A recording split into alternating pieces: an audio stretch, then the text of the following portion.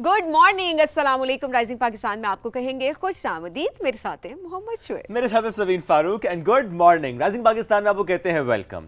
No matter what, sometimes आपको मुस्कुराना पड़ता है। नो मैटर व्हाट, समटाइम्स आपको एनर्जी लेकर आनी पड़ती है। No matter what, you have to start your day and no matter what, आपको आगे बढ़ना होता है। ये हम सबकी ज़िंदगी में होता है, हमारी ज़िंदगी का हिस्सा है। And that's what life is. Challenges होते हैं, कंटिन्यूसली चैलेंजेस होते हैं, लेकिन व्हाट मैटर इज़ कि आप उन चैलेंजेस से कैसे आगे निकलते हैं। बिल्कुल ऐसे चैलेंजेस और टॉर्चर में भी एक बड़ा फ़र्क होता है। अगर वो चैलेंजेस सिर्फ चैलेंजेस हो तो ऑब्वियसली आप उनको कैटर कर रहे होते हैं, बट जब वो डेली बेसिस पे चीज़ें होती हैं तो वो एक टॉर्चर बन जाता है आपके लिए। And then we are all humans. मैं हमेशा ये कहती हूँ कि जब आप फील करें कि आप वल्नरेबल हैं and it's okay to express, ये बड़ी इंपॉर्टेंट चीज़ होती है। बिकॉज समहाउ हमें, स्पेशली ख़वातीन को, हमें ये सिखाया जाता है हमेशा कि आपको स्ट्रॉन्ग रहना है। अब तो खातून है या अब तो मर्द हैं, मर्दों को दोनों को कहा जा रहा होता है कि you have to be strong, आपको इस तरह होना है, आपको उस तरह होना है। आपको बहुत ज़्यादा आपको स्टैंडर्ड सेट कर दिए जाते हैं, आपके घर के अंदर भी, आपकी एक्सटेंडेड फैमिली में भी। एट द सेम टाइम आप अगर देखें आपके फ्रेंड सर्कल में भी, आपकी प्रोफेशनल लाइफ में भी। बट आई बिलीव कि वी आर ऑल ह्यूमंस और हम सब इंसान होने के नाते it's okay to express some. ये चीज़ मुझे लगता है कि बहुत सारे लोगों को अभी भी बताने की ज़रूरत है, बट स्टिल ये एक चीज़ होती है कि जहाँ पर आपको लगे कि आपका काम डिस्टर्ब हो रहा है, आपकी फैमिली लाइफ डिस्टर्ब हो रही है, वहाँ पे I think it's very important कि आपको ये चीज़ें भी सीखनी है कि how to be composed. How to be composed and at the same time negativity में पॉजिटिव कैसे रहना, दैट्स द पॉइंट। ये भी लर्न करना होता है। हम सब इससे रिलेट कर पाते हैं। हमारी ज़िंदगी में कभी ना कभी ऐसा कोई ऐसी कोई सिचुएशन क्रिएट हुई होती है या ऐसा कोई इंसिडेंट हुआ होता है, यस, उस जगह पे हमें ऐसा महसूस होता है कि there is negativity around but you have to be positive. तो ये कैसे रखना है आपने अपनी ज़िंदगी में कि चाहे वो आपकी पर्सनल लाइफ में हो रही हो, प्रोफेशनल लाइफ में हो रही हो, किसी और जगह पे आपको ये महसूस हो रहा हो कि देयर इज़ नेगेटिविटी अराउंड। या समटाइम्स तो ऐसे वाक़यात भी हो रहे होते हैं कि आपको वाकई यकीन होता है कि नहीं, देयर इज नेगेटिविटी। एक होता है ना वाइब और एक होता है एक्चुअल किसी चीज़ का होना। उस वक्त अपने आप को पॉजिटिव आपने कैसे रखना है, उस वक्त उस सिचुएशन से कैसे आपने निकलना है। जो सबीन ने बात की ना, कंपोज्ड कैसे रहना है। Sometimes it's very challenging but you have to do it, there is no other option. That's the point. जहाँ पर ये बात आ जाती है ना कि there is no other option, then obviously you have to act and then you have to be composed. It's very important. तो हाँ, ये वाली चीज़ है कि आज का जो हमारा एक बयान होता है, टॉपिक है, हाँ, ज्ञान तो हम नहीं देंगे, जो थोड़े बहुत हम अपनी तरफ से एडवाइस दे सकते हैं ना, वो ये हो सकती है कि आपने आहिस्ता आहिस्ता ज़िंदगी में ये चीज़ ज़रूर सोचनी है या सीखनी है। वो आप किसी मेंटोर से सीख सकते हैं, वो आप किसी से भी सीख सकते हैं अपने इर्द गिर्द, कि किस तरह से आपने नेगेटिविटी में पॉजिटिविटी ढूंढनी है और कैसे अपने आप को कंपोज करना है कि किसी की नेगेटिविटी, किसी की इनकॉम्पिटेंसी आपके काम में रुकावट ना डाले, आपकी परफॉर्मेंस को इफेक्ट ना करे। ये चीज़ें बड़ी इंपॉर्टेंट होती हैं, अदरवाइज तो लोग नेगेटिविटी करते जाएंगे, आपका काम मुतासिर होगा। देखिए, दो रास्ते हैं ना सभी। एक रास्ता ये है कि आप उस सिचुएशन से एस्केप कर जाएं और आप कहें कि ठीक है, मैं राइट लेफ्ट हो जाता हूँ। दूसरा to deal with it. And I personally believe you have to deal with it and you should deal with it. क्योंकि ये आपके लिए भी ज़रूरी है और ये probably सिचुएशन में जो बाकी लोग हैं या जो भी उसमें इन्वॉल्व है, उस सब के लिए बड़ा इंपॉर्टेंट है कि आप उनसे डील करें ताकि आपकी भी लर्निंग हो और उनकी भी लर्निंग हो। बिल्कुल ऐसा ही है। क्योंकि at the end of the day we all learn. हम सब सीख रहे होते हैं, ऐसी बात है, हम सब सीख रहे होते हैं। और क्रिटिसिज्म को भी हमें लगता है बड़ा हमें ना पॉजिटिवली लेना चाहिए। हाँ, ये अलग बात होती है कि कौन किस तरह से आपको क्या चीज़ कम्युनिकेट कर रहा है, वो क्रिटिसाइज किस तरीके, वो एक प्रोडक्टिव क्रिटिसिज्म है या नहीं है, ये मैटर कर रहा होता है। बट स्टिल कुछ लोग बड़े पॉजिटिव होते हैं और ये बड़ी अच्छी चीज़ होती है उनकी कि अगर कोई भी उनको कोई चीज़ बताता है तो वो उसको प्रोडक्टिव ही समझ के उसको इम्प्रूव करने की कोशिश कर रहे होते हैं। तो ये बड़ी इंपॉर्टेंट चीज़ें होती हैं जो कि डेली बेसिस पे हमें एक तरह से फेस भी करनी पड़ी होती हैं और ये हमें पता भी होनी चाहिए। स्पेशली हम पे अपने बच्चों को सिखा रहे होते हैं ना कि जाओ ये अचीव करो, गोल अचीव करो, आगे बढ़ो। वहाँ पर शायद उस गोल को अचीव करने के लिए आपको किस प्रोसेस से किस तरह गुजरना है, अपने बच्चों को वो भी नहीं सिखा रहे होते। That's true. और ये सिखाना बड़ा इंपॉर्टेंट होता है। तो यही हमारी कोशिश होती है, अपनी कुछ बातों से हम ये सिखाने की कोशिश करते हैं और अपने कुछ मौज़ूआत से, कुछ मेहमानों से, कुछ सेगमेंट से भी हमारी यही कोशिश होती है। एंड आई एम श्योर कि हमारी ये कोशिश काफ़ी बेहतर चल रही है और अपना फीडबैक आप हमें ज़रूर दीजिएगा। अभी हमें एक ब्रेक की तरफ बढ़ना है। जब ब्रेक से वापस आएंगे तो बड़े ही ज़बरदस्त मौज़ूआत पे बड़े ही ज़बरदस्त मेहमानों से हम आपकी कराएंगे मुलाकात। रहिए हमारे साथ, ये राइजिंग पाकिस्तान।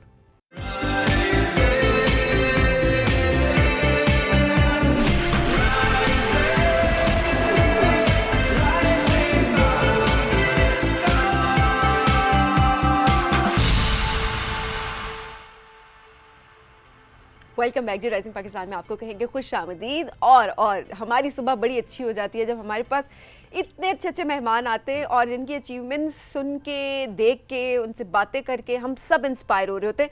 जो एक चीज़ पे लोग हमसे अक्सर पूछ रहे होते हैं ना कि आपको मॉर्निंग शो के हवाले से सबसे बेस्ट चीज़ क्या लगती है, तो हम लोगों का जवाब हमेशा यही होता है, रोज़ नए नए लोगों से मिलना, स्पेशली जिनकी अचीवमेंट हो, जिनकी कंट्रीब्यूशन हो। सो ये बड़ा अच्छा लग रहा होता है हम लोगों को। तो आज ही एक ऐसी ही एक खातून है जिनसे हम आपकी मुलाकात, लड़की को खातून को आपकी मर्जी है एक खातून और एक लड़की से आपकी मुलाकात एक ही है बट मैं दोनों चीज़ें बोल रही हूँ, तो उनसे आपकी मुलाकात करवाने जा रही हूँ। बलूचिस्तान से उनका ताल्लुक़ है और इसके साथ साथ वो साइकिलिस्ट हैं। और उनकी अचीवमेंट्स की अगर बात की जाए तो गिलगित से खुंजराब तक साइकिल पर 5000 फीट की बुलंदी पर 280 किलोमीटर का तवील सफ़र तय करने वाली पाकिस्तान में वो वाहिद लड़की हैं। She is the only female जिन्होंने ये अचीवमेंट जो है वो अपने नाम की है। एट द सेम टाइम आज हमें एक बात पता चली है, हमारी नालायकी इसको कहा जाए या फिर जो प्रमोशन कम होती है कुछ चीज़ों की, वो कहा जाए, आई डोंट नो, बट हमें आज ये पता चला है कि साइकिलिंग की नेशनल टीम भी है। यस, अच्छा, ये वाकई हम मुझे समय दोनों को नहीं पता था कि वो टीम भी है और उसकी टीम की वो नुमाइंदगी भी कर रही है माशाल्लाह केपी में। इसके अलावा भी जो 3 दिन पहले गालिबन आई थिंक 2-3 दिन पहले जो मैराथन हुई है इस्लामाबाद में, तो वो भी इन्होंने फुल मैराथन की है, 42.2 kilometre. That was the first time जब इन्होंने फुल मैराथन की है। और उनका एक्सपीरियंस वो कैसा रहा साइकिलिंग के साथ साथ मैराथन का, आज हम उस पर बात करेंगे। Samreen Khan is with us today. Good morning, कैसी हैं आप? गुड मॉर्निंग, अस्सलाम वालेकुम, कैसे हैं आप? कोई गिला करना चाहती हैं आप सबीन से? बिल्कुल भी नहीं ना, मैंने दोनों बोल दिया था ना, ऐसे दोनों बोला था, इसलिए कंपनसेट हो गया। अच्छा, वैसे आप दोनों में कंफर्टेबल थी ना, मतलब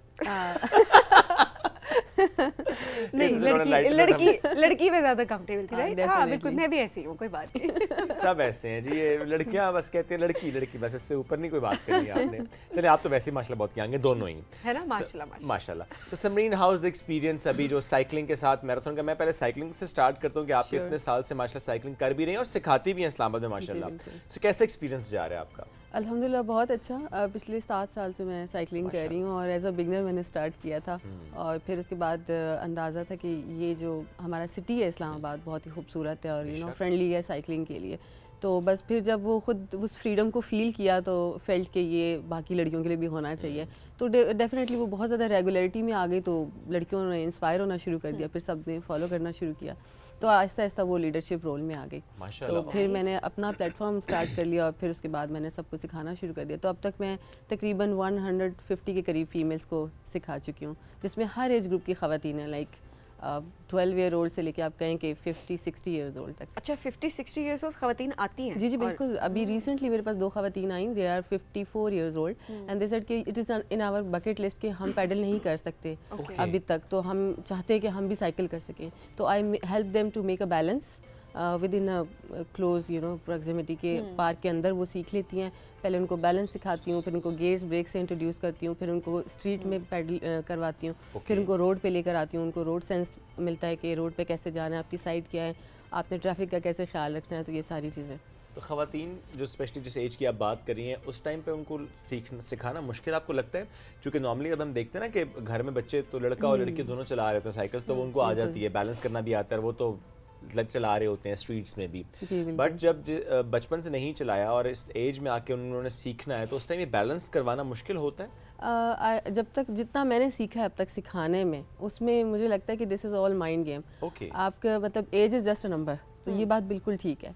तो इसमें जितना मतलब जिसके अंदर जितना एंथुसियाज्म होता है ना, वो उतना जल्दी सीख लेता है। यानी कि 1 फीमेल जिनके बच्चे जो थे वो O लेवल्स A लेवल्स में उनकी बेटियां थी, और वो इतनी एंथुसियास्टिक थी कि उन्होंने 3 लेसन्स में मुझसे साइकिल सीख ली थी and she went on the road. Really? 3 lessons? Yes, That's and it? without me, like with the family, मतलब वो साइकिल लेके निकल गई, एक आध दफ़ा वो गिरी भी और फिर भी उन्होंने खुद ही मतलब उन्होंने कहा बस मैंने रोड पे जाना है, I want to go and I want to ride. शौक था ना? तो मतलब वो शौक आपका और आपके जो अंदर मतलब जो एंड्योरेंस या आपकी जो अपनी विल पावर होती है वो उससे आप कर जाते हैं। That's nice. अच्छा, कुछ लोगों में डर भी होता है, स्पेशली मैं बच्चियों की बात करूं, मेरी अपनी बेटी, मैंने बड़ी कोशिश की उसको साइकिलिंग की, वो नहीं करती, स्कूटी चला लेगी, अच्छा साइकिल पे नहीं आती वो। सो ये जो डर होता है किसी के अंदर, ये कैसे निकाला जाता है?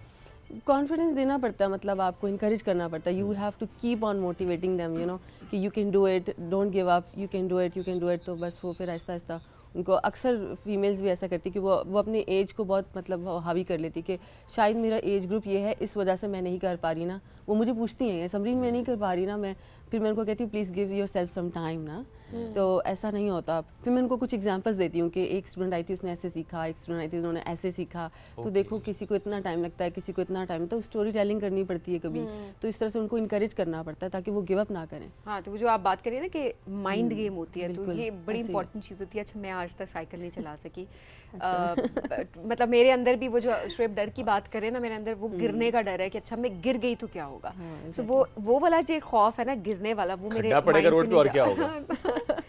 अब मेरे से तो नहीं पढ़ सकता। आप जैसे अगर हो तो वो तो यकीन नहीं, वैसे आप भी नहीं। कुछ लोगों के नाम ही नहीं लेना चाहती, बट उनसे पड़ जाएगा। But any how, jokes apart, इस डर को निकालना ज़ाहिर है वो आप कह रही हैं कि काउंसलिंग जो है वो बड़ी इंपॉर्टेंट होती है और उसके बाद वो डर निकल जाता है। But I am so happy जिस एज ग्रुप की समरीन बात कर रही हैं, उस एज ग्रुप की भी खवातीन आती हैं और वो भी सीखना चाह रही होती है। समरीन ज़रा अपने सफ़र के बारे में भी बताएं, गिलगित से खुंजराब। क्या सफ़र था, क्या किया? Amazing, deadly, very tiring. वही चीज़ें कि एंथुसियाज्म बहुत ज़्यादा था उसको कंप्लीट करने का और एक क्रेज़ था कि ये बस करना ही करना है। तो काफ़ी मुश्किल था, very steep. It is 5,000 to 15,000 feet high. तो इस एलिवेशन पे हमने 5 days में किया और every day we were paddling like 58-60 kilometres like this. तो it was way too challenging.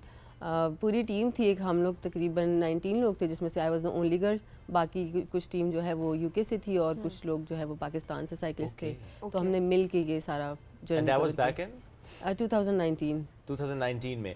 अच्छा, जो आप बता भी रही हैं कि रोज़ 50-60 किलोमीटर करना, तो आपने स्टार्ट गिलगित सिटी से किया? बिल्कुल। और फिर आप खुंजराब बॉर्डर तक गई जी। इस दौरान ऐसे कौन से वाक़यात पेश आए जो कि आपको अभी भी याद होंगे? समटाइम्स तो होता है ना कि किसी स्पॉट से गुजरते हुए लोगों का आपको सराहना वो भी याद रह जाता है। बिल्कुल। साइकिल का पंक्चर हो जाना अगर हुई है तो भी याद रह जाता है। एग्जैक्टली। किसी जगह पर अगर साइकिल नहीं चला पा रहे और साइकिल उठा के भी क्रॉस करना पड़ रहा है, समटाइम्स यू नेवर नो, हो भी जाता है। तो क्या ऐसे वाक़यात हैं जो आप शेयर करना चाहेंगी? Such a nice question. I think ये रोड जो है ना आपकी जो KKH बनी है, that is very nice, it's very very beautiful. तो कहीं ऐसा तो हुआ ही नहीं कि साइकिल मतलब पंक्चर हो या फिर उठा के जानी पड़े। So it was lovely to pedal over there. जो सबसे प्यारी बात है ना वहाँ की, the people are very friendly. वो इतने मेहमान नवाज है ना कि गिलगित और हुंजा के लोग स्पेशली बहुत ज़्यादा, मतलब आप जाते हैं ना तो दे आर सो वेलकमिंग। वो आपको अपने गार्डन्स में ले जाएंगे, वो कहेंगे यहाँ से चेरीज खा लें, यहाँ से ये लें। मतलब दे आर सो वेलकमिंग और उनको आपसे कुछ भी नहीं रिटर्न में चाहिए होता। और सबसे मज़े की चीज़ जो मुझे फील होती है वो the kids always considered me as I am a foreigner and I am a Chinese। तो फिर वो मुझे मतलब जिस तरह भी हाई करते थे and I used to say them अस्सलाम वालेकुम, how are you and this, तो मतलब उनको पता चलता था कि मैं पाकिस्तानी हूँ, मुसलमान हूँ, तो वो समझते थे अंग्रेज़ है या चाइनीज़ है जो यहाँ से गुजर के जा रही है। तो दैट वाज वहाँ समटाइम्स कुछ फीचर्स भी आपके ऐसे होते हैं उससे लग भी रहा होता है कि अच्छा शायद फॉरेनर है, समटाइम्स बाकी लग रहा होता है। और जब पहुंची खुंजराब पे, बिल्कुल जो आपका एक डेस्टिनेशन था, चाहिए यहाँ तक पहुंचना है, ज़ाहिर उससे पहले एक फेयर्स तो आई एम श्योर होते ही हैं, लेकिन हम उन सारे फेयर्स को ओवरकम करके आप वो जर्नी मुकम्मल कर लेते हैं, उस जगह पे पहुंचते हैं, उस वक्त क्या फीलिंग होती है? उस वक्त तो बस आप को समझ नहीं आता आप हंसो या रो। मतलब इतनी एक्साइटमेंट होती है कि आपको पता लगता है कि आपने वाकई यार वो अचीव कर लिया जिसका आपने ड्रीम किया था। You know when your dream come true तो देन यू स्टार्ट क्राइंग। तो मेरे भी आंखों में आंसू थे और मुझे पता है कि जो लास्ट लेग था वो इतना मुश्किल था कि मतलब मुझे सामने खुंजराब पास नज़र आ रहा था और it was only 1 or 2 kilometres away from me and it was very hard, like the headwind was not letting you to pedal, you know, towards that। और मुझे अभी भी याद है कि मेरा बैक का एक जो मसल है वो पुल हो चुका था इतना बुरा कि मैं मतलब आगे चल नहीं पा रही थी। तो वन ऑफ माय साइकिलिस्ट उसने मुझे हेल्प किया थोड़ा सा and then I was relax little और फिर मैंने आगे मूव किया। तो वो लास्ट लेग इतना मुश्किल था कि मतलब वो कहते हैं कि वो बड़ी चीज़ जब हो जाती है तो वो एंड में जो है ना वो बात होती है कि आपके ऐसी वही वाली बात है, आपकी सांस रुकी हुई है और फिर जब आप वहाँ पर पहुंचे तो आप सांस ले रहे हैं, तो आपका फोकस सांस लेने पे होता है। अचीवमेंट तो मेरा ख्याल है वो थोड़े टाइम के बाद आपको हिट करता है कि नहीं आई हैव डन दैट। तो वो वाली जो accomplishment की जो एक सेंस होती है ना, वो मेरा ख्याल है वो बड़ी ज़बरदस्त होती है। That is amazing.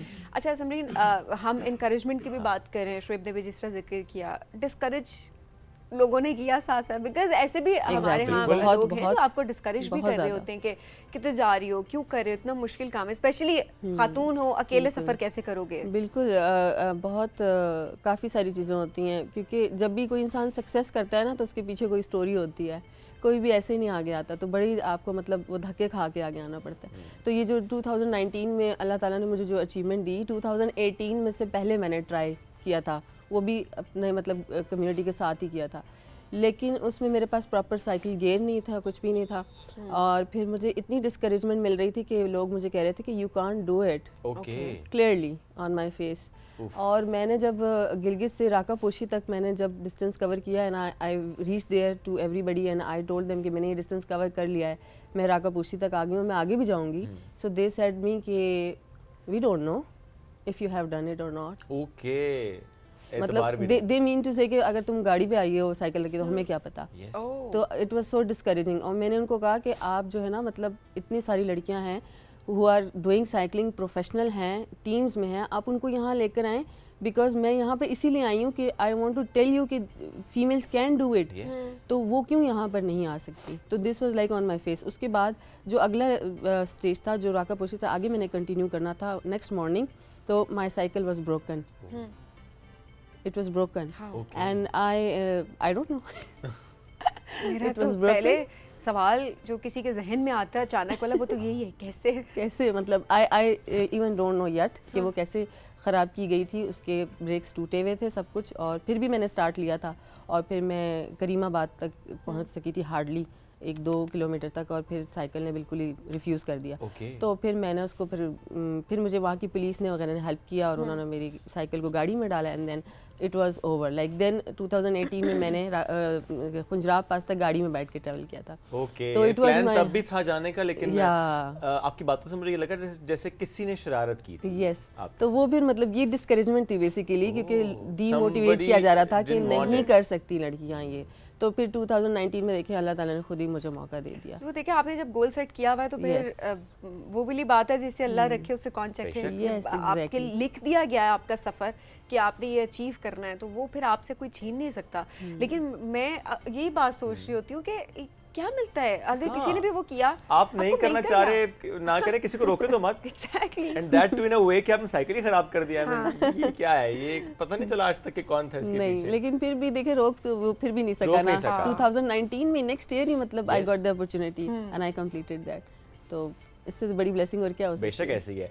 Now coming to the national team, जो कि हमने डिस्कस भी किया कि we are not even knowing this, थोड़ा सा बताएंगे नेशनल टीम कब से बनी, नेशनल टीम का मतलब क्या होता है, कितने इसमें लोग होते हैं, कॉम्पिटिशन्स किस किस लेवल पर हो रहे होते हैं, और कहाँ खड़ी है हमारी इस वक्त नेशनल टीम।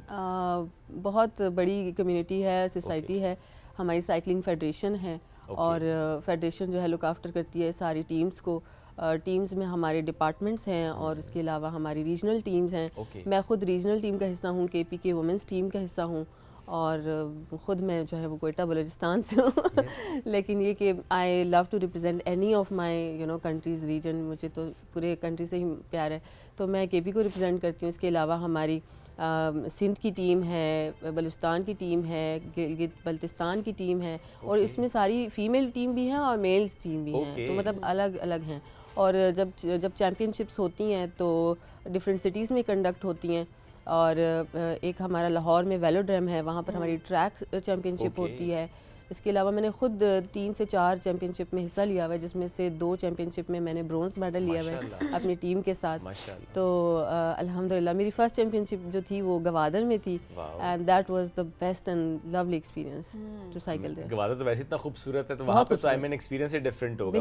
बिल्कुल समंदर के पास, it was just the road and the beach, and we were like. और जो आई एम श्योर कि वो जो नई रोड बनी है उस पे आपने प्रोबेबली किया होगा, बिकॉज़ वो बहुत खूबसूरत रोड है जो कि उस कोस्ट पे बनी हुई है। यार मैं जेलस हो रही हूँ, Exactly. ये क्या बात है वैसे। मैं तस्वीरें देख के, और एक्चुअली शुएब को ट्रैवलिंग का बहुत ज़्यादा शौक है, तो जो जगह का वैसे जिक्र होता है तो ये गए हुए होते हैं वहाँ पे, ये एक बड़ी अच्छी बात होती है। काफी अर्सा हो रहा है मैं नहीं गया। हाँ, और जब मैं सोच रही होती हूँ, मतलब मैं सुन रही होती हूँ एंड देन मैं वो विजुअल्स देख रही होती हूँ, तो मैं सोचती हूँ कि जाना चाहिए। अच्छा, मुझे जैसे मैं कहती हूँ अपने आप ने टूरिज्म को खुद प्रमोट करना है, सो मुझे भी जाना चाहिए और मेरे जैसे और बहुत सारे लोग कंफर्ट जोन से निकल के आपको ट्रैवल करना चाहिए और सबसे पहले अपने मुल्क को का विजिट करें, उसको प्रमोट करें एंड देन उसके बाद आप बाकी। बिल्कुल, मुझे तो सबसे ज़्यादा पाकिस्तान देखने का शौक है, तो अल्हम्दुलिल्लाह मैं साइकिलिंग की वजह से बहुत ज़्यादा घूमी और मैं सवात गई हूँ। सवात में मैंने डुअथलॉन किया है। अच्छा, वो मैं रनिंग के हवाले से भी ये जिक्र करना चाहती कि हम ये दोनों स्पोर्ट्स करते हैं तो हमें बड़ा फ़ायदा होता है बिकॉज हम डुअथलॉन भी करते हैं। डुअथलॉन इज़ एक्चुअली भागना भी और साइकिल भी चलाना है। यस, 2 थिंग्स, और उसमें बड़ा टफ है ये, मतलब कि first you have to run, then you have to cycle and then you have to run. Okay, so 3 times and उसमें फिर लेकिन उसमें थोड़ी फ्लेक्सिबिलिटी ये कि आप सोलो भी कर सकते हैं और आप पार्टनर के साथ भी कर सकते हैं। तो if like you are a cyclist and you have a runner partner, एक साइकिल चलाएगा, यस, तो वो जरा थोड़ा इजी हो जाता है। लेकिन ये कि अगर सोलो करे तो then you can challenge. Pakistan में इवेंट्स होते हैं? बिल्कुल, अभी नवंबर में हुआ है और मैंने सोलो पार्टिसिपेट किया था उसमें, तो मैं अभी तक 4 डुअथलॉन्स कर चुकी हूँ। एक मैंने कराची में भी किया। कहाँ हुआ, कैसे बाकी के लोग इसके लिए अप्लाई कर सकते हैं, बिकॉज़ लोगों को अक्सर पता नहीं होता। कम्युनिटीज़ हैं पूरी, जो रनिंग कम्युनिटी है, जो साइकिलिंग कम्युनिटीज़ हैं, आपको फेसबुक पे, सोशल मीडिया पे हर जगह इवेंट अनाउंस होता है, इवेंट्स वो बता रहे होते हैं उससे मुताल्लिक। बस मैं और सभी थोड़े से ज्यादा नालायक साबित हो रहे हैं आजकल। We need to work on us actually. मैं यही सोच रही हूँ कि अक्सर अब उस दिन भी एक बात हो रही थी एंड उसके लिए तो we wanted to apply, but हमें उस अपॉर्चुनिटी का ही नहीं पता था। एक तो ये चीज़ भी होती है, दूसरा eight the same time Shoaib थोड़ा सा ये भी है कि सोशल मीडिया पे अब हर चीज़ होती है, तो थोड़ा सा प्रमोशंस के पर्सपेक्टिव से भी आपको प्रमोट भी ज़्यादा करना चाहिए, क्योंकि अक्सर ये होता है कि एक कम्युनिटी बनी हुई है तो दे नो कि जो लोग कनेक्टेड है उनके साथ वो उन्हीं को ही पार्टिसिपेट भी करवा रहे होते हैं। No doubt they are very competent, but मुझे ये होता है कि आप नए टैलेंट और लोगों को अगर आपने लेके आना है तो इट्स वेरी इंपॉर्टेंट कि आपको उसको प्रमोट भी करना है साथ साथ, ये चीज़ भी बड़ी इंपॉर्टेंट होती है। अब मैराथन भी किया, उस पर भी कमेंट ले लेते हैं इससे पहले कि हम आगे ब्रेक की तरफ बढ़ें। जो अभी 2-3 रोज पहले इस्लामाबाद मैराथन, थोड़ा सा उसका एक्सपीरियंस बताएं। बहुत अमेजिंग इवेंट था, इतना वंडरफुल था and I was amazed to know कि इस साल जो है ना 3000 पीपल ने पार्टिसिपेट किया था। तो मतलब कि आप लेवल ऑफ मार्केटिंग माशाल्लाह वाज ऑसम, और उन्होंने जितना हो सका इस इवेंट को एक्सटेंड किया। इवन एम्बेसी से कितने लोग आए हुए थे, फॉरेनर्स पार्टिसिपेट करते हैं, बच्चों ने पार्टिसिपेट किया। It was 5 kilometre, 10 kilometre, half marathon like 21.1 kilometre और 42.2 किलोमीटर, तो ये कैटेगरीज थी। इसके अलावा किड्स फन रन था, मेरे नेफ्यूज़ ने भी पार्टिसिपेट किया इस साल, और मतलब इट्स अमेजिंग इवेंट जब आप वहाँ आते हैं और इतने सारे लोगों को देखते हैं कि they are enthusiastic and they, और जो नहीं भी भाग पा रहा वो भागते हुए लोगों को देख के कहता है भागो। ओह यस यस, ये होता है। मेरा इस बार वाकई प्लान था, I was not in Islamabad, वरना मेरा वाकई इस बार इस रनिंग नहीं मैराथन का तो प्लान नहीं था। मैं 5 किलोमीटर तक ही जाने की कोशिश करता। Marathon is not my cup of tea actually, it's too tough. Thank you so much ji, बहुत शुक्रिया, और अल्लाह आपको और तरक्की दे, इसी तरह आगे बढ़ते रहिए, जिस आप सिखा रही हैं, प्रमोट कर रही हैं इस स्पोर्ट्स को, तो ज़ाहिर है हम आपके साथ हैं जी हमेशा की तरह। हम एक ब्रेक की तरफ बढ़ना है, ब्रेक से वापस आएंगे, रहिए हमारे साथ। ये है राइजिंग पाकिस्तान।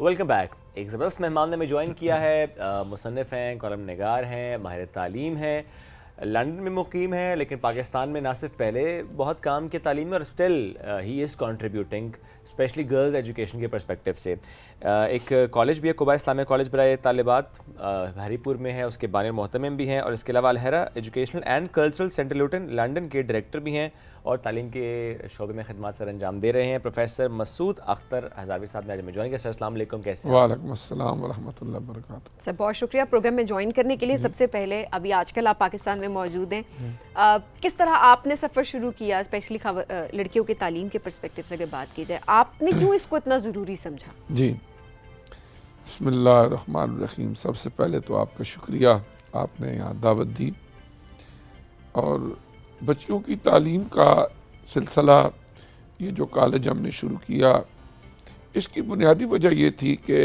मैं ज़ाती तौर पर एक बहुत ही पसमानदा किस्म के गांव में पैदा हुआ।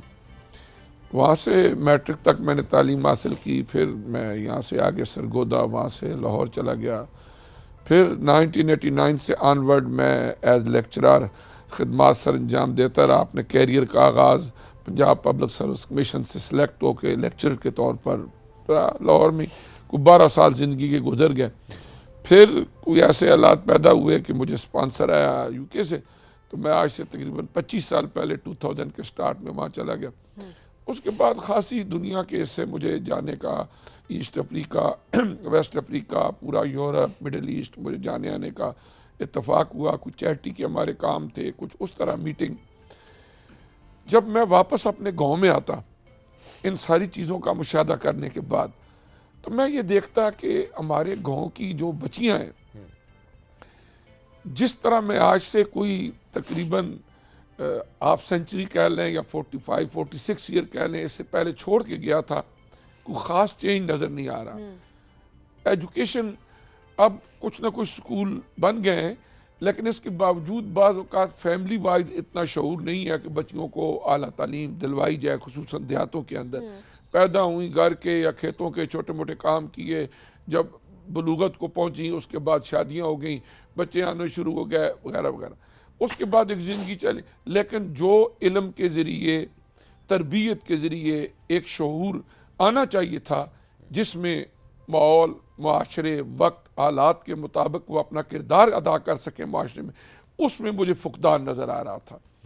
और दूसरी बात, हमारे माशरों के अंदर अल्हम्दुलिल्लाह मसाजिद हैं, लेकिन उलमाए कराम औरतों के जो मसाइल हैं इन पर बात करने में थोड़ी शर्मिंदगी महसूस करते हैं कि मिंबर पे बैठ के हम औरतों के मसाइल डिस्कस करेंगे, लोग क्या कहेंगे, देखो जी ये बेहुदा ऐसी बातें इस सेंस में लेते हैं। जबकि औरतों से मुतल्लिका अगर इस्लामिकली भी आप देखें, बहुत सारे वो मसाइल हैं जिनका उन्हें इल्म होना चाहिए, वो नहीं होता। इन सारी चीज़ों को देख के मैंने ये सोचा कि दो तरीके हैं। एक तो ये है कि हम यहाँ पर भी बैठे थोड़ा सा शिकवा कर लें, शिकायत कर लें, एक दूसरे को कोस लें, इसमें जनाब सियासतदान कुछ नहीं कर रहा है, इसमें उलमा कुछ नहीं कर रहा है, इसमें पेरेंट्स कुछ नहीं कर रहे। और दूसरा ये है कि वो किसी ने कहा था ना कि शिकवा जुल्मत शब से तो कहीं बेहतर है कि अपने हिस्से का दिया हम भी जलाते जाएं। तो फिर आज से तकरीबन 6-7 साल पहले मैंने एक स्टेप लिया कि इसका तरीका ये नहीं कि हम दूसरों को कोसते रहें, उन पर तानो तशनी करते रहें या नुक्ताचीनी करते रहें। हम जिस काबिल हैं हमें इसमें खुद किरदार अदा करना चाहिए।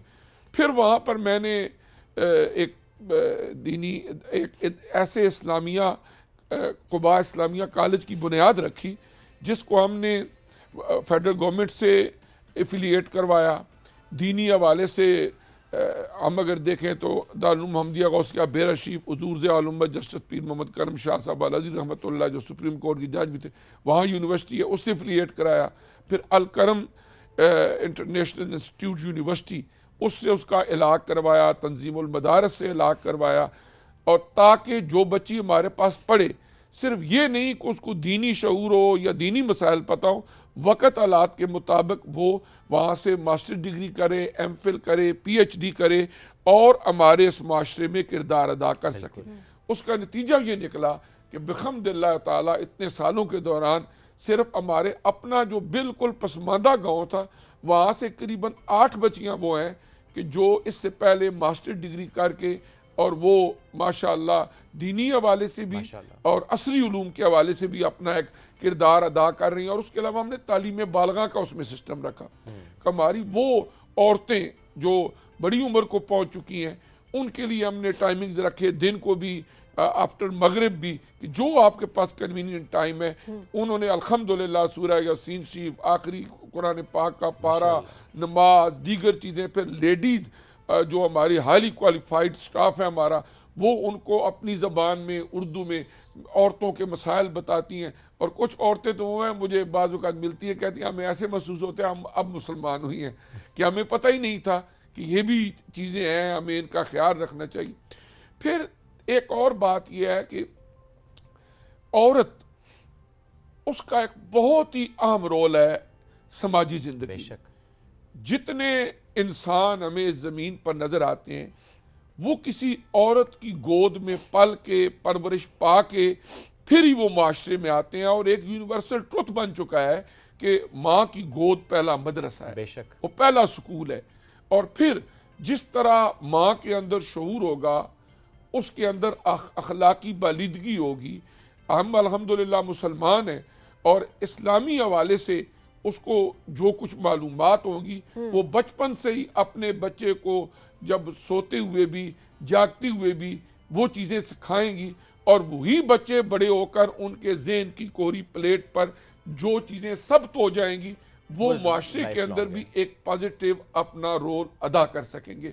और मैं ये समझता हूँ कि ओवरऑल माशरे के अंदर अगर औरत की तरबियत की जाए तो इसका मतलब ये है कि तुम एक आने वाली जो नस्ल है उसकी तरबियत कर रहे हो। लेकिन एट द सेम टाइम हम नज़रअंदाज तो नहीं कर सकते तरबियत के पर्सपेक्टिव से जो हम बात कर रहे हैं। सिर्फ औरत पे ज़ाहिर फोकस ठीक है, इंपॉर्टेंट है, लेकिन आपको नहीं लगता कि हमें बहरहाल ये फोकस दोनों जेंडर पर ही रखना बिल्कुल करना चाहिए, लेकिन आपने सवाल जो किया है वो औरत के बारे में बिल्कुल ऐसे ही है, बिल्कुल ठीक है। हुजूर अलैहिस्सलातु वस्सलाम की हदीस मुबारक है कि इल्म का हासिल करना हर मर्द और औरत पर फर्ज है। बिल्कुल ऐसे ही। कुरान पाक आप देखें नाजिल हुआ, अब कुरान पाक के अंदर अल्लाह की कुदरत देखें कि फर्स्ट वर्ड जो रिवील हुआ वो हज नहीं है, वो नमाज नहीं है, वो रोज़ा नहीं है, वो ज़कात नहीं है, वो कोई और नहीं है।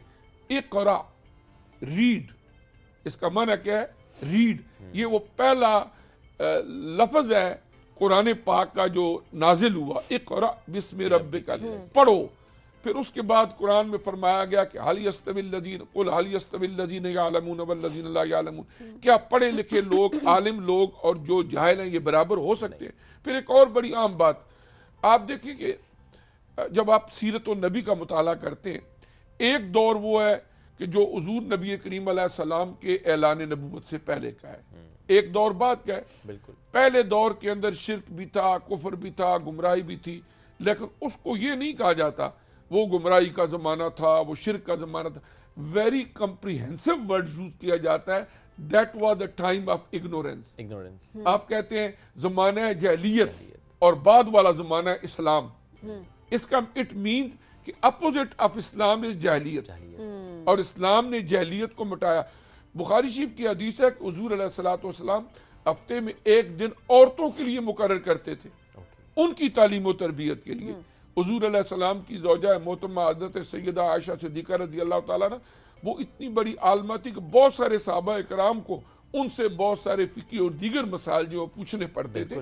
तो हमारे माशरे के अंदर मर्द का किरदार, मर्द की तालीम ये बहुत ही ज़रूरी है, लेकिन इस पर कुछ ना कुछ फोकस किया जाता है। लेकिन औरत की तालीम को अमूमन हमारे पसमानदा इलाकों के अंदर नजरअंदाज किया जाता है। दुरुस्त है। वो जो तरबियत से मुतालिक मेरा सवाल उसका करने का मकसद ये था कि जब हम ख़वातीन की तालीम की बात कर रहे हैं और उनको फोकस करने की बात करें तो जो इसमें हिंड्रेंस आती है, जो इसमें रुकावटें आती हैं, मैं उस पर्सपेक्टिव से सवाल आपके सामने रख रहा हूँ कि आपके नज़र में जो आपने इतना काम किया माशाल्लाह, रुकावटें किस तरह की नज़र आती हैं? एक तो सोच की रुकावट है जो कि ज़रा हम बात करें, लेकिन क्या इसमें जेंडर आता है कि अच्छा मर्द रुकावट है, या कि समटाइम्स आपको ये भी लगता है कि नहीं औरतें खुद भी कहते नहीं अच्छा बच्चियां हैं, उस पर्सपेक्टिव से नहीं ठीक है घर में रहें, सेफ्टी के पर्सपेक्टिव से भी बात हो रही होती है समटाइम्स।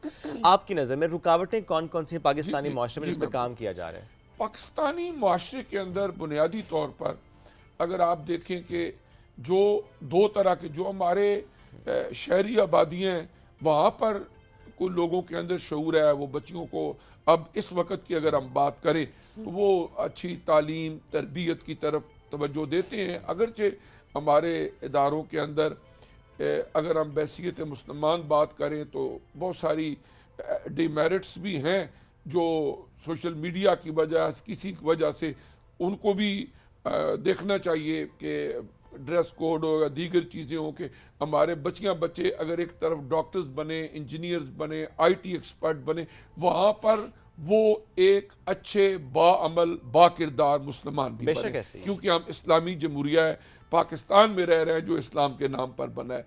लेकिन इसके बावजूद माशाअल्लाह बच्चियाँ आला तलीम याफ्ता हैं, बहुत सारे शोबाजात में अहम किरदार अदा कर रही हैं, लेकिन जो हमारे रूरल एरियाज़ हैं उनके अंदर स्टिल अभी ज़रूरत है काम करने की। चूँकि मैं खुद मैंने जिस तरह आपको बताया कि इंतहाई पसमानदा से गाँव में मैं पैदा हुआ, मेरे वालिद साहब भी एजुकेशनिस्ट थे और उन्होंने हमें जिस तरीके से भी आगे तालीम की तरफ मुतवज्जे किया, तो उसके लिए यह है कि उन इलाकों के अंदर अभी भी काम करने की ज़रूरत है। और वालिदैन चूँकि वो खुद पढ़े लिखे ज़्यादा नहीं होते देहाती इलाकों के अंदर, इसलिए वो ये समझते हैं कि शायद बच्चियों को हमने पढ़ाया तो पता नहीं ये कोई रास्ते से हट जाएंगी, या हो सकता है कि ये जिस तरह हम चाहते हैं वो हमारी बात ना माने तालीम की वजह से। कुछ ऐसी चीज़ें भी उनके अंदर होती हैं। और कुछ ये है कि पेरेंट्स के अपने अंदर भी ये ज़्यादा शऊर नहीं होता कि इन बच्चियों को तालीम दिलवाने के फ़वायद क्या हैं, और इन बच्चियों को अगर हमने ना तालीम दिलवाई तो फ्यूचर के अंदर भी इनकी अपनी पर्सनैलिटी के अंदर भी क्या नुकसानात होंगे। मेरा ख्याल ये है कि शऊर जो है ना, इसकी कमी एक बुनियादी चीज़ है जो कि इस रास्ते की रुकावट बनती है। बिल्कुल, ये बड़ी ज़रूरी चीज़ है कि जब अहमियत का ही नहीं पता होगा तो फिर आप तालीम कैसे दिलाएंगे, ये ज़रूरी चीज़ है। अच्छा, इसमें ये जो एक चैलेंज जिसकी आपने इस वक्त बात की, वो ये कि शायद पेरेंट्स को भी ये लगना शुरू हो जाता है, या फिर मर्द एक जेंडर की बात करें उसको ये लगना शुरू हो जाता है कि अगर एक खातून तालीम याफ्ता होगी तो वो बाइख्तियार हो जाएगी, वो डिपेंडेंट नहीं रहेगी आप पे, वो इंडिपेंडेंट हो जाएगी, और फिर वही वाली बात कि शायद हम उसको कंट्रोल नहीं कर सकेंगे। ये भी एक सोच है जो कि एग्जिस्ट करती है। मैं यहाँ पर थोड़ा सा इख्तलाफ करूँगा। ज़रूर। मैं ये कहता हूँ कि तालीम अगर वो हो जो कि दीनी और असली तालीम का हसीन इम्तजाज हो, तो वहाँ पर ये मेंटेलिटी नहीं होगी। मुझे क्वार्टर सेंचुरी हो गई है लंदन में रहते हुए, मैंने यूरोप के सारे माशरों को बड़े करीब से देखा है। अरबों डॉलर्स खर्च किए गए इन सारी चीज़ों पे, और जेंडर के हवाले से आप बेहतर जानते हैं कई तरह की ऐसी चीज़ें जो इस्लामिकली हम बहुत सारे इख्तलाफात रखते हैं, लेकिन end of the time Elon Musk का एक ही बेटा था, वो जिस वक्त जेंडर चेंज करके लड़की बन गया तो वो खुद डिप्रेशन में चले गए। And of the time American president Trump साहब को ऐलान करना पड़ा अपने सदारती खुतबे के अंदर, हमारे मुल्क के अंदर सिर्फ 2 ही जेंडर होंगे, एक मर्द एक औरत। बाकी जिस तरह उन्होंने बाकी चीज़ों के ऊपर बहुत सारी इन्वेस्टमेंट्स की, लेकिन इसके बावजूद अब नेचर की तरफ आ रहे हैं, बैक टू बेसिक बिल्कुल ऐसे। लेकिन सर मेरा जो सवाल था कता कलामी की माजर, बट वो थोड़ा सा कॉन्टेक्स्ट में आपको बता दें, वो ये होता है कि कंट्रोल करने के पर्सपेक्टिव से मैं बात कर रही हूँ कि हम हमेशा चाहते हैं कि औरत एक मर्द पर डिपेंडेंट रहे। ये एक सोच है, एक तबके की आप बात कर लें, बेशक वो थोड़े लोग हैं, लेकिन वो सोच एग्जिस्ट करती है कि एक औरत है तो वो डिपेंडेंट रहे हमारे ऊपर, वालिद पे रहे, भाई पे रहे, शौहर पे रहे। तो ये भी एक सोच है कि शायद हम लड़कियों को आगे नहीं जाने देते, बाइख्तियार नहीं बनने देते। नहीं, बाइख्तियार बनने देना चाहिए, लेकिन ये इख्तियार हमारी समाजी जिंदगी के अंदर ऐसा खलल पैदा न करे कि हस्बैंड और वाइफ का जो एक रिलेशनशिप है उसके अंदर खराबी पैदा हो और डिवोर्स केसेस ज़्यादा होने शुरू हो जाए। हाँ, औरत डिपेंडेंट हो, लेकिन वो अपने आप को यही समझे कि अल्लाह ने मुझे औरत पैदा की है और मैं एक बीवी के तौर पर अक्सर तरीके से किरदार अदा करूँ डिपेंडेंट होने के बावजूद। और हस्बैंड को भी चाहिए कि वो अपना रोल बैसियत मुसलमान भी, पाकिस्तानी भी आम तरीके से अदा करे और बीवी के ऊपर ऐसा डोमिनेट ना हो या उस तरह का ना समझे। बिकॉज़ ऑब्वियसली जिम्मेदारी दोनों के ऊपर आती है कि आप अपनी एक बैलेंस की हमेशा बात की जाती है, तो वो बैलेंस क्रिएट करा जाए ना, बहुत इंपॉर्टेंट है। बैलेंस जो है ना, मैं ये समझता हूँ कि अगर हम आला तालीम याफ्ता हूँ, मुझे कोई इस पर नहीं है, मैं कहता हूँ औरतों को भी आला से आला तालीम हासिल करनी चाहिए, मर्दों को भी आला से आला तालीम हासिल करनी चाहिए, लेकिन दुनिया का कोई माशरा आपको हस्बैंड वाइफ के लाइफ में बैलेंस नहीं दे सकता सिवाय इस्लाम के। इस्लाम एक नेचुरल रिलीजन है, एक फितरी है, कंप्लीट कोड ऑफ लाइफ है। अगर वो इस्लामी तालीमात के मुताबिक, मैंने वहाँ यूके में देखा है कई लोग मुसलमान हुए हैं, औरतें मुसलमान हुई हैं, आप उनको देखेंगे वो यही जब वो मुसलमान हुई है तो उसके बाद उन्होंने अपने आप को कहती हैं हमें नहीं किसी बात का पता, हम एक मुसलमान औरत, हमारे लिए रोल मॉडल्स वो हैं जो हुजूर अलैहिस्सलाम की बीवी हैं, जो आपकी बेटी हैं, हम उनको रोल मॉडल बना के हम अपनी ज़िंदगी गुजारेंगे। और मर्द भी अगर ऐसा ही अपने आप को रोल मॉडल बनाए तो वो माशरे जहाँ पर एक हद तक हमें डिस्ट्रक्शन नजर आती है वो जन्नत नज़ीर बन सकती है। बेशक ऐसे, ये तो आपने समंदर कोज़े में बंद कर दिया आखिरी इस जुमले से। सर बहुत शुक्रिया, बड़ा अहम मौजूद जिस पर हम गुफ्तगू कर रहे थे। तालीम, जिस तरह हमने आगाज़ में भी बात की, दोनों के लिए ज़रा बड़ी इंपॉर्टेंट है, और चूँकि ख़वातीन पर ज़्यादा फोकस इसलिए भी होता है चूँकि हमारे माशरे में स्पेशली रूरल एरियाज़ में, जिस तरह प्रोफेसर साहब ने बताया भी कि नज़रअंदाज होता है ये मामला, बट आई एम ग्लैड कि इस पर काम हो रहा है। ठीक है, समटाइम्स हम ये ज़रूर बात करते हैं कि अच्छा यहाँ पर थोड़ा सा और बेहतर होना चाहिए, बट स्टिल काम हो रहा है, जो कि बहुत अच्छी बात है, and there is lot more to do in that domain particularly. Sir बहुत शुक्रिया, साथ मौजूद थे, हमसे गुफ्तगू की आपने। हम एक ब्रेक की तरफ बढ़ना है, ब्रेक से वापस आएंगे, रहिए हमारे साथ। ये है राइजिंग पाकिस्तान।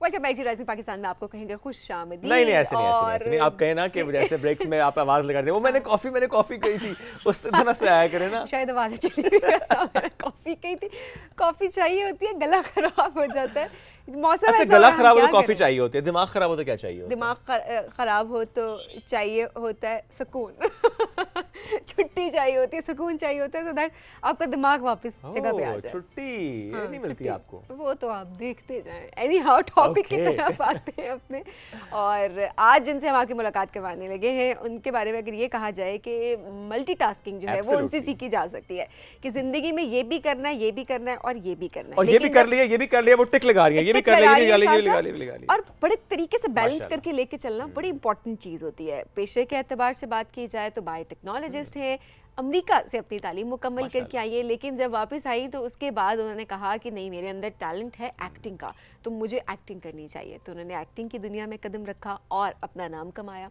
माशाल्लाह। उसके बाद जो है वो सोशल मीडिया इन्फ्लुएंसर भी हैं, और हम देख रहे होते हैं कि बहुत अच्छी अच्छी बातें कर रही होती है अपने इंस्टाग्राम पे भी, और काफ़ी अच्छे अच्छे ब्रांड्स होते हैं जो उनके साथ कोलैबोरेट कर रहे होते हैं। उसके अलावा आपने कहा ना अच्छी अच्छी बातें, उससे मुझे याद है एनिमल राइट्स पे बात माशाल्लाह कर रही होती हैं, वुमेन एम्पावरमेंट में बात वो कर रही होती हैं, और एक्टिंग की आपने बात की, आई मीन ड्रामा हो, फिल्म हो, शॉर्ट फिल्म्स हो, माशाल्लाह बहुत काम वो करती चली आ रही हैं। लेकिन जो मैं ज़्यादा एंजॉय करता हूँ उनके काम, वो जब वो कैरेक्टर में एक पॉडकास्ट में जाती थी ना, मुझे ज़्यादा एंजॉय मैंने उसको किया है। अरीबा तिरमिज़ी ने हमें ज्वाइन कर लिया। गुड मॉर्निंग अरीबा, कैसी हैं आप? अस्सलाम वालेकुम, कैसे हैं आप? मैं बिल्कुल ठीक हूँ अल्हम्दुलिल्लाह। एनर्जी लो क्यों लग रही है? सुबह उठना मुश्किल लगता है। अच्छा नहीं, वैसे आजकल I am waking up early, लेकिन थोड़ा सा वो बिकॉज मौसम इस तरह का है, थोड़ी सी गला बैठा हुआ है, लेकिन ओवरऑल अल्हम्दुलिल्लाह आई एम ग्रेट। वैसे गाना तो पड़ेगा। अरे गाती भी है? नहीं, मैं तो वैसे कह दिया था। वैसे मुझे गाती है वैसे थोड़ा बहुत। हाँ, चलिए ये तो बड़ी अच्छी बात है। आगे चल के हमने आपसे गाना भी गवाना है, ठीक हो गया? पहले गला तब तक आपका साफ हो ठीक है, ठीक है, सही हो गया। अरीबा, अब जाहिर है बहुत सारे लोग आपको ऑलरेडी जानते भी हैं, लेकिन हमारी ऑडियंस जिनको नहीं, बायोटेक्नोलॉजिस्ट एंड देन एक्टिंग, दो डिफरेंट फील्ड्स हैं। किस तरह से सोचा कि बायोटेक्नोलॉजिस्ट बनना है और उसके बाद मैंने एक्टिंग में कदम रखना है? अब दोनों चीजें चल रही हैं साथ साथ। हाँ, सिमल्टेनियसली चल रही हैं। एक्चुअली आई फील लाइक ज़िंदगी में आप सब कुछ कर सकते हैं। हमने बस शायद हमारी generation specially we were just told कि एक ही करियर होता है, वही पढ़ना है, वही बनना है, and I grew up with that mindset as well.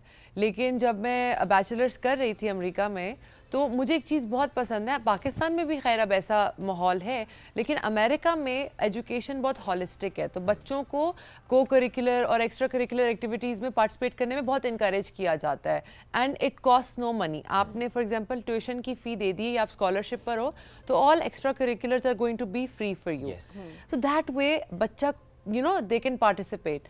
तो मैं पढ़ रही थी जब इम्यूनोलॉजी में मैंने अपना बैचलर्स किया, तो जब मैं पढ़ रही थी मैंने एक फ्लायर देखा ब्रॉडवे का ऑडिशंस का, तो मुझे नहीं पता था कि ब्रॉडवे क्या होता है, बस इतना पता था कि थिएटर है और एक्टिंग है, और बहुत शौक था मुझे। आई वेंट एन ऑडिशन और वहाँ से मैं सेलेक्ट हुई, फिर ब्रॉडवे किया, फिर दूसरा ब्रॉडवे किया, तो वो एक अच्छा एक्सपीरियंस था। एंड आई थिंक वहीं से मुझे रियलाइज़ हुआ था कि इंसान को तालीम और साथ में अपनी जितनी भी आपकी ये शौक़ होते हैं साथ लेके चलने चाहिए, क्योंकि ज़िंदगी इतनी मुख्तसर सी है, ख्वाहिशात का गला घोंट के नहीं जीना चाहिए। तो मैंने ये सोचा कि मैं बैलेंस कर सकती हूँ और मैं करूँगी। अच्छा, वक्त जब गुजर जाता है ना, बहुत लोग उस टाइम रिग्रेट कर रहे होते हैं। शुभ, अगर अभी अरीबा हम लोग अभी भी देखें तो वो अब जब मैं देख रही होती हूँ ना कि 15, 16, 17 साल की बच्चियों को मैं देख रही होती हूँ, तो आई जस्ट फील लाइक कि मैं उस एज में होती तो मैं ये कर सकती थी। और वो वक्त बहुत जल्दी गुजर जाता है, आपको पता भी। देन सिर्फ आपके पास रहता है कि रिग्रेट है। तो हर दिन जो है वो जिंदगी खत्म हो रही है एक तरीके से हमारी, and we still don't know कि हमें जिंदगी में करना क्या है। एब्सोल्युटली। रिग्रेट आपकी जिंदगी में है कोई? हाँ, मेरी ज़िंदगी में काफ़ी रिग्रेट्स हैं, लेकिन मेरे एक बिलीफ सिस्टम है कि जिस तरह हम अच्छी चीज़ों के लिए अल्लाह ताला का शुक्र अदा करते हैं, जो इस तरह के एक्सपीरियंसेस होते हैं उनके लिए भी शुक्र अदा करें, बिकॉज वो आपकी ग्रोथ में, आपकी जर्नी में बड़े ज़रूरी होते हैं। My regret, to be very honest, is that कहीं ना कहीं मैंने अपना वो जो फुल पोटेंशियल था, maybe I haven't tapped it yet.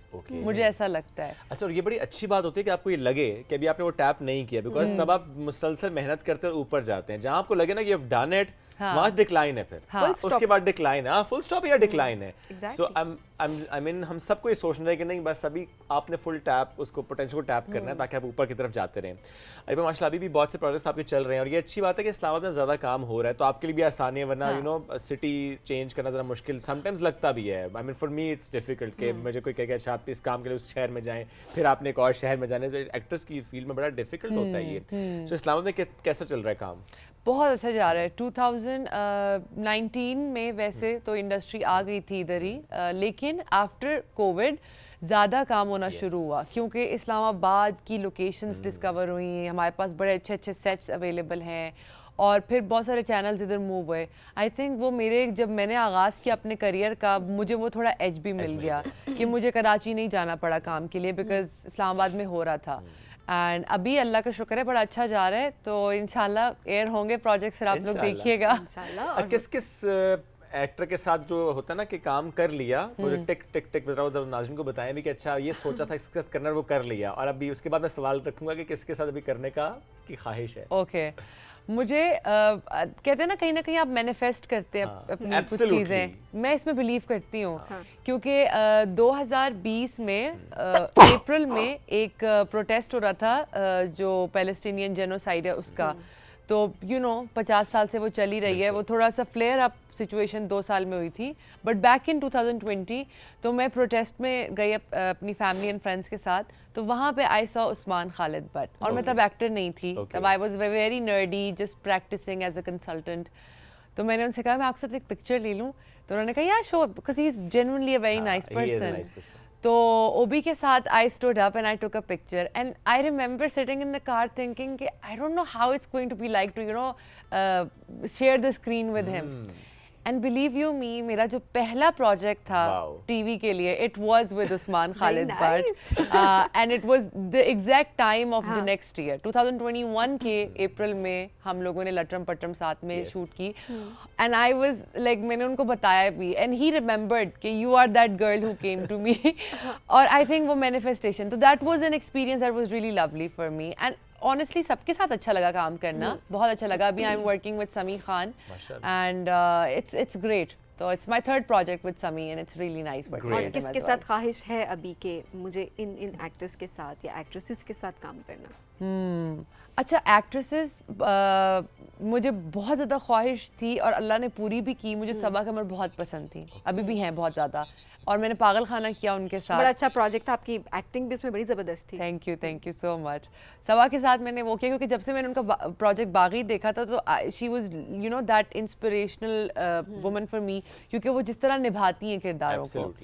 तो जब मैंने पागल खाना किया तो अल्लाह ताला ने वो ख्वाहिश तो पूरी की, बट आई थिंक अभी मुझे ज़्यादा दिल करता है कि मैं अहाद रज़ा मीर के साथ करूं, क्योंकि मेरी अम्मी को उनके अब्बा बहुत पसंद है। आसिफ रज़ा मीर। अच्छा, वो ये नहीं कह रही है कि मुझे अहद रज़ा मीर मेरी अम्मी को उनके अब्बू पसंद है, तो इसलिए मैंने उनके साथ काम करना है। वाह, ये सच है। मेरे मामा से एक दफा पूछा, मैंने कहा मामा आपके ज़माने में आपको कौन सा हीरो एक्टर बहुत पसंद था, तो she said Asif Raza Mir, and so I decided कि चलो अब आसिफ अंकल शायद पता नहीं ससुर का रोल करें या बाप का, लेकिन अहद के साथ कर सकते हैं। इंटरेस्टिंग। अच्छा जी, आई थिंक मैं जिस तरह बात करती हूँ वुमेन एम्पावरमेंट की, I am a product of multiple generations of oppressed women. I'm not going to lie. मेरी नानी, मेरी माँ की बहुत सारी ख्वाहिशात थी करियर को लेके, काम को लेके, जो हालात ने अपॉर्चुनिटीज़ का जो लैक ऑफ अपॉर्चुनिटीज़ था, ससुराल ने सपोर्ट नहीं किया या घर वालों ने नहीं किया, वो नहीं कर सकी. अल्लाह ने मुझे, I really like this fact कि मेरी मदर ने वो साइकिल तोड़ा और उन्होंने कहा नहीं, मेरी बेटी यू नो अपने हदूद में रह के एक मॉरल कंपस फॉलो करते हुए जो करना चाहे वो करे. सो आई एम वेरी लकी. इसलिए मैं मामा की ख्वाहिश थोड़ी पूरी करना चाहती हूँ. आपकी ख्वाहिशात पूरी की, अब आप चाह रही है कि मैं उनकी ख्वाहिशात पूरी करूँ. I want to give back to my mother. अच्छा, सपोर्ट भी बड़ी ज़रूरी होती है फैमिली की तरफ से. बेशक आपकी मदर थी सिर्फ सपोर्ट करने के लिए, बट इट्स वेरी इंपॉर्टेंट कि आपकी फैमिली आपके साथ खड़ी हो. ट्रू, बिल्कुल. बल्कि बहुत अल्लाह ताला ने, मैं कहती हूँ मैं बहुत लकी हूँ क्योंकि the more women I talk to, the more people I talk to, I realise लोगों के बहुत ट्रॉमास हैं चाइल्डहुड के अपने यू नो डोमेस्टिक एनवायरनमेंट को लेकर. अल्लाह ने मुझे बहुत अच्छे एनवायरनमेंट में पैदा किया and my parents were very you know morally sound. उसके साथ साथ they knew how to be parents. तो my father took me to my first audition in Pakistan. It was in Lahore. अच्छा. और वो मुझे लेके गए अपनी डेथ से 1.25 महीना पहले. And he took me there and he waited for me and he said कि तुम जाओ, तुम्हें पता चाहिए बाप बैठा है बाहर, कुछ नहीं होता. और उनके जाने के बाद a lot of people were against it because my father had just died. और हमारे माशरे में कहते हैं ना कि बाप गया तो बेटी आज़ाद हो गई है. वो इस तरह का एक perception है. My mother and my younger brother, his name is Shahir. I really credit them both क्योंकि मामा और शहीर 16-16 घंटे मेरे शूट्स हैं, सख्त गर्मी, सख्त सर्दी में. They never said a word. They would wait for me. तो I am here because of my family. अच्छा, ये बड़ी ज़रूरी चीज़ होती है. मेरा ख्याल है ये इतनी प्यारी बात तरीबा ने बताई है और वो तमाम लड़कियां इससे रिलेट कर सकती होंगी जिनके पेरेंट्स सपोर्टिव, स्पेशली जिनके फादर्स बहुत सपोर्टिव होते हैं. बिकॉज मैं अगर याद करूँ अपना टाइम, तो आई स्टिल रिमेंबर मुझे कैमरा फेस नहीं करना आता था और मुझे बहुत सारी चीज़ें, कम्युनिकेशन नहीं आती थी. बट मैंने भी किस तरह सीखा कि मेरे फादर, वो मैं आपसे इतना रिलेट कर पा रही हूँ ना कि मेरे अब्बा वेट करते थे मुझे पिक करना, मुझे ड्रॉप करना, मुझे लेके आना है, जब तक वो चीज़ हो रही है एंड देन उनका रुकना वहाँ पे. तो वो एक सपोर्ट जो है ना, वो बेटियों को बहुत ज़्यादा चाहिए होती है. माओ से भी A father should be like this. Exactly. लेकिन एक ऐसा मुआशरा जहाँ पर हम नहीं सपोर्ट देख रहे होते, वहाँ पर अगर ऐसे एग्जाम्पल्स हों तो मेरा ख्याल है ये अच्छी एग्जाम्पल्स हमें दिखानी चाहिए कि नहीं, ऐसे बाप भी होते हैं जो कि बेटियों को सिर्फ आगे बढ़ने के लिए सपोर्ट कर रहे होते हैं. अरीबा, एज एन आउटसाइडर, क्या आपने डिस्क्रिमिनेशन फेस की इस इंडस्ट्री में? ऑनेस्टली कहीं कहीं डेफिनेटली. आगाज़ बहुत अच्छा हुआ था. You know the start was very smooth और उस वक्त I got too comfortable thinking कि शायद आगे की जर्नी भी ऐसी होगी. But after a few months, you know, because वो स्टार्ट से ही आई रैपिडली गॉट प्रोजेक्ट्स. तो चौथे पांचवें प्रोजेक्ट में आई रियलाइज्ड कि people were now perceiving me as a competition and people want to minimise that. तो कहीं ना कहीं आपको डाउन कर देंगे, कुछ कह देंगे, कोई ऐसी वो नहीं होता, मुझे कहना नहीं आता, लेकिन वो जो पोक करना या पिंच कर देना एंड ट्रिगर करना, माइक्रो ट्रिगर्स जो होते हैं. अगर आप तैयार हुए हैं और आपको लग रहा है अपने माइंड में कि मैं ठीक लग रही हूँ सीन के लिए, वो कहेंगे कि नहीं, और कह देना अरे शर्ट थोड़ी सी अजीब लग रही है, रंग सांवला लग रहा है. तो रंग सांवला ही है, क्या करेंगे, गंदुमी है, पाकिस्तानी है, बड़ा प्यारा रंग है, थोड़ी है. तो मैं तो ठीक हूँ, मैं तो खुश हूँ. आप आगे से कहा टीका भी नहीं लगवाया ना. ऑन कर दे अपने कॉम्प्लेक्शन को और अपनी स्किन को. Exactly. People do that and people used to say that a lot. And I realised through those experiences कि अपने आप को जो आप हो, saying true to yourself is really important. Yes. Because this industry specifically has a way of growing on you. वो insecurities built in होती हैं आपके अंदर. I have seen a lot of insecure people और मुझे दुख होता है उनके लिए कि वो जिंदगी कितनी अधूरी जी रहे हैं. आपका full आप जिंदगी को enjoy ही तब करते हैं जब आप अपनी ज़ात में मुतमईन हैं. Absolutely. And now you're ready to experience the world. So through that discrimination, जहाँ पे बहुत लोगों ने डांटा, बहुत सीनियर आर्टिस्ट ने भी डांटा, और मैंने हमेशा उनकी डांट को एज अ लेसन लिया, as you know a guide लिया. लेकिन हर वक्त नहीं वैसे लेना चाहिए. वो बाज़ औक़ात आपको ना सिर्फ आपका कॉन्फिडेंस सेट करने के लिए भी, वो आपके ऊपर यू नो एक डोमिनेंट होने के लिए भी वो इस तरह की चीज़ें कर रहे होते हैं. बट ये जो आपने बात की ना कि अपने में सेटल, अपने आप पे कॉन्फिडेंस रखना, ये उस सिचुएशन में बड़ी ज़रूरी होता है। बहुत ज़रूरी है, क्योंकि मुझे याद है एक प्रोजेक्ट में करी थी तो उसमें एक सीनियर आर्टिस्ट है, उन्होंने उनसे मेरी बात भी नहीं हुई थी और वो मेरे ससुर का रोल कर रहे थे। तो हम जैसे ही फर्स्ट सीन के लिए पहुंचे तो अभी डायरेक्टर ने मुझे बताना था प्लेसमेंट्स और सारा कुछ ना, अभी सीआर करना था, तो अभी वो बता ही रहे थे। तो उन्होंने एकदम से ना, मतलब मुझे डीपी ने कहा कि एक दफ़ा दरवाज़ा बंद करके दिखाएं।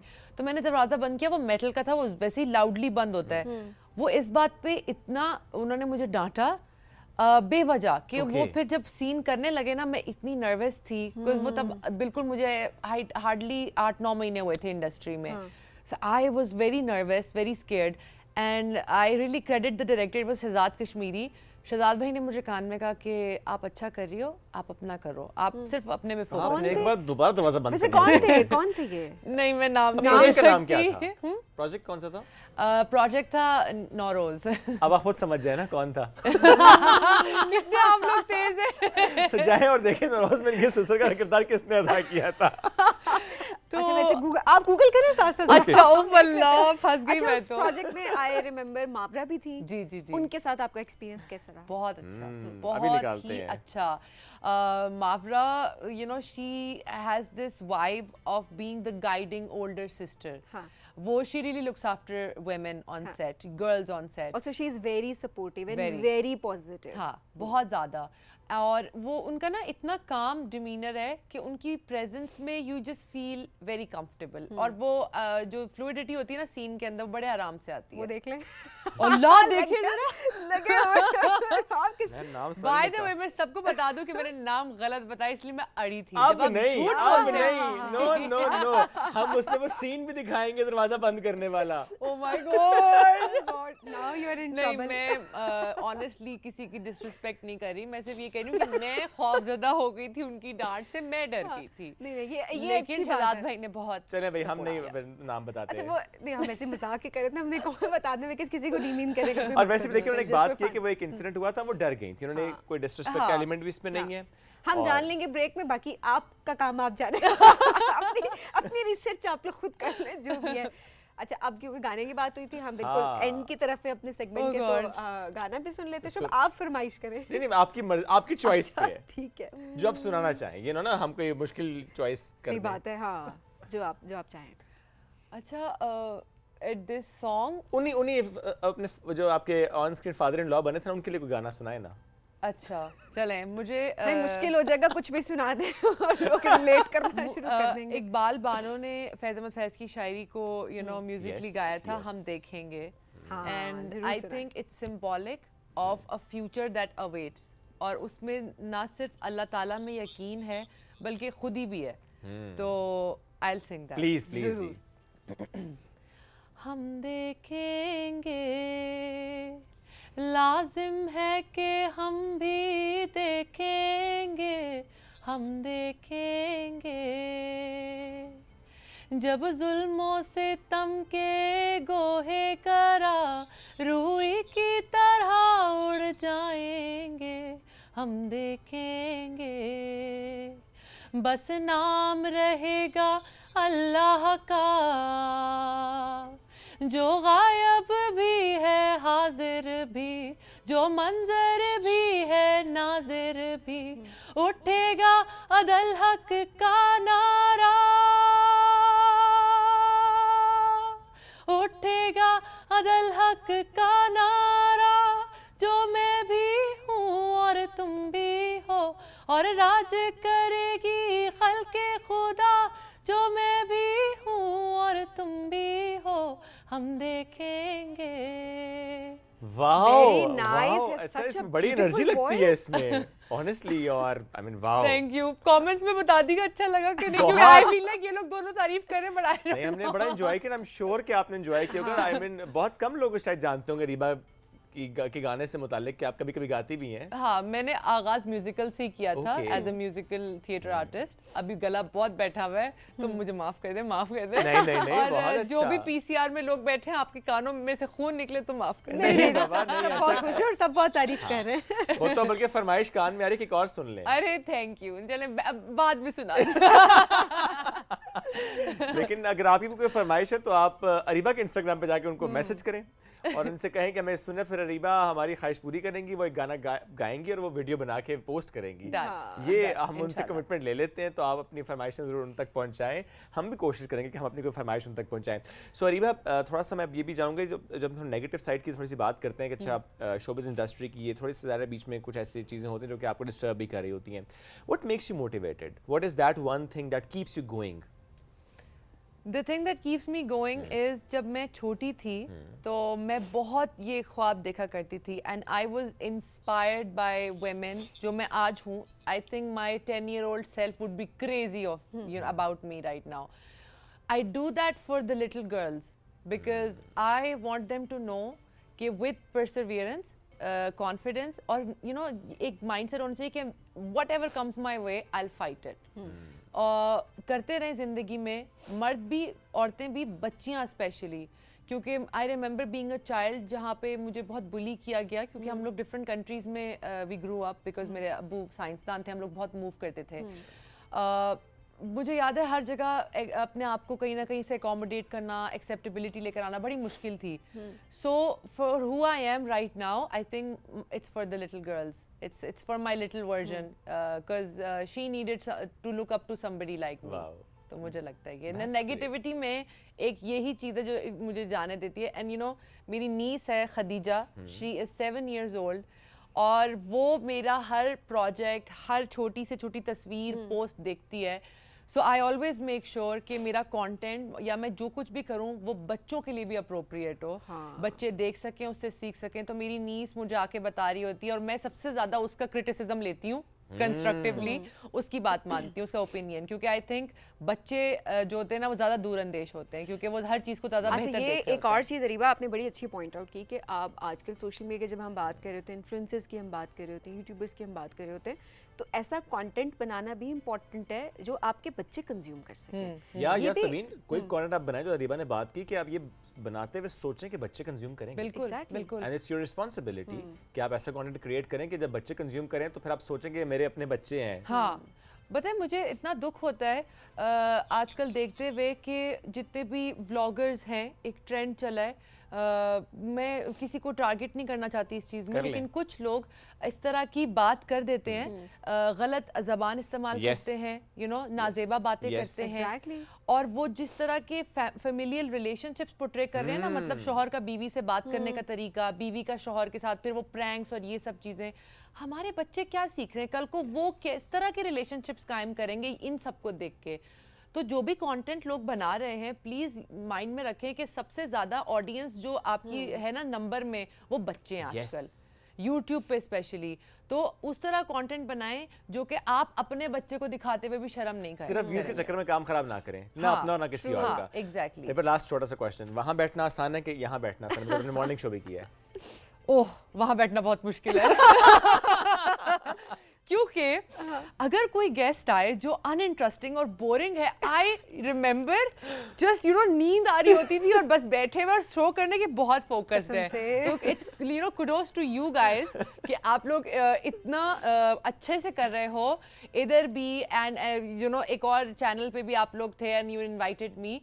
You guys are amazing, माशाल्लाह। और जिस तरह the synergy, आप दोनों स्क्रीन पे बहुत अच्छे लगते हो, आप दोनों बहुत रिस्पेक्ट करते हो एक दूसरे की, जो मुझे बहुत अच्छा लगता है। Thank you so much. खुश रहें, आबाद रहें, बहुत तरक्की करें, बहुत आगे जाएं। अल्लाह हमेशा आपको इसी तरह से हंसता मुस्कुराता रखे, आबाद रखे। हम लेंगे आपसे इजाजत, दोबारा करेंगे मुलाकात कल। बहुत सा ख्याल रखिए, दुआ में याद रखिए, और वो जो प्रोजेक्ट अरीबा ने बताया था वो जाए गूगल कीजिए, देखिए वो कौन थे। अल्लाह हाफिज।